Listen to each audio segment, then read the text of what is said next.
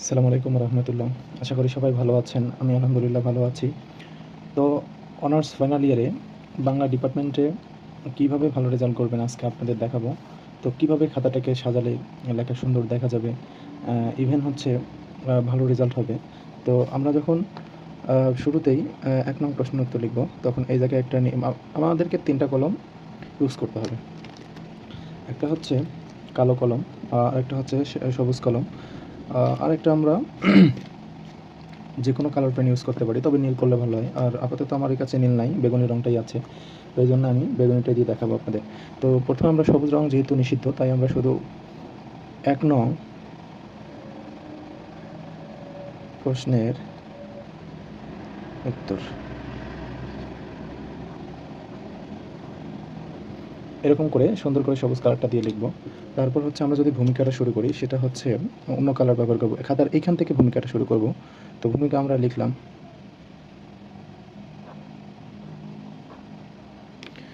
তারপর আমরা প্রশ্নের উত্তর কালো পেনটা দিয়ে লেখা শুরু করব। যেমন যদি আমরা লিখি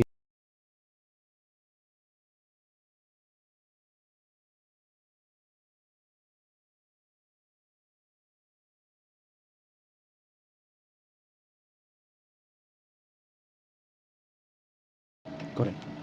তো লেখাগুলো এইভাবে করতে হবে। আর অনেকে এই লেখাগুলোকে আরও সুন্দর করার জন্য বিভিন্ন হাতের লেখা আরও সুন্দর করতে হবে। তো আমরা যদি কোটেশন একটা লিখি, সেটা হচ্ছে একটা নীল কালারের দিয়ে কোটেশন লিখবো। যেমন হচ্ছে এই উপস্থাপনা লিখলাম, একটা প্যারা লিখলাম, তারপর হচ্ছে একটা কোটেশন দেবো, একটা হচ্ছে উক্তি বা সংলাপ বা কবিতার লাইন দেবো। তখন আমরা এটাকে কী করবো, যেমন আমি কবিতার লাইন লিখি, যেইখানে লিখবো কালো কলম দ্বারা হচ্ছে প্যারাটা লিখে লিখবো কবির ভাষায়, কবির ভাষায় তোমাকে পাওয়ার জন্য হে স্বাধীনতা, সকিনা বিবির কপাল পূর্ণ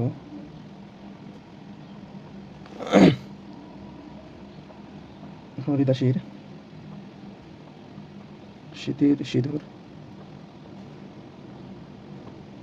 মুছে গেল,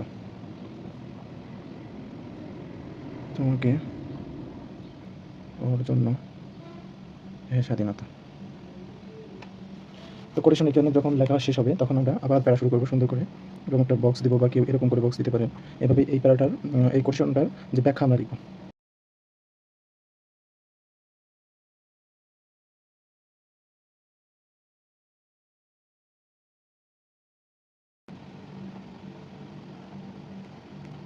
স্মৃতির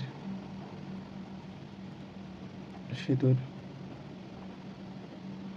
হারিয়েছে। তো এটা শেষ, তারপর আবার একটা কোটেশন দেবো, আবার ব্যাখ্যা করবো। আমরা যদি এই খাতাটাকে দেখেন, সবাই এই খাতাটাকে এইভাবে যদি উপস্থাপনা করি, তাহলে কত সুন্দর দেখা যায়, আপনারা এই কমেন্টে জানাবেন। ধন্যবাদ, সবাই ভালো থাকবেন।